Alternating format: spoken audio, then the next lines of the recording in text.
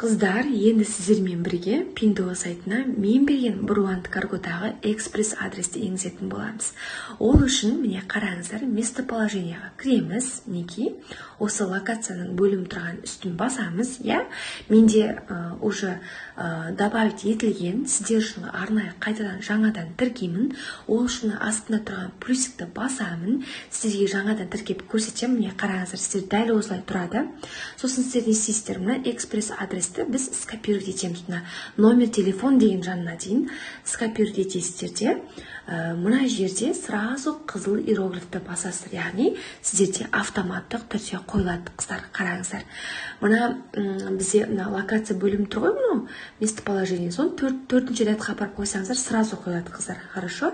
Енді қараңыздар, мына иероглифтің жанына фамилияңыздың есіміңіз қойсаңыз болады, немесе ол қатты маңызды емес. Мен жаза салдым. Мінекей номеріңіздің соңғы 4 цифрасы жазасыздар, есіміңіз және қандай қала. Город Астана, Астана, Алматы, Алматы жазасыздар соны, хорошо.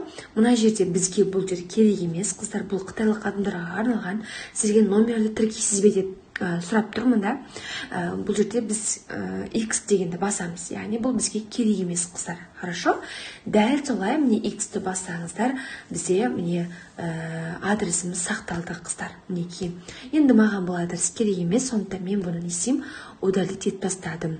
Келесі видеода Эльвира Оптовиктің адресін қалай толтыру керектігін көрсетемін, қыздар.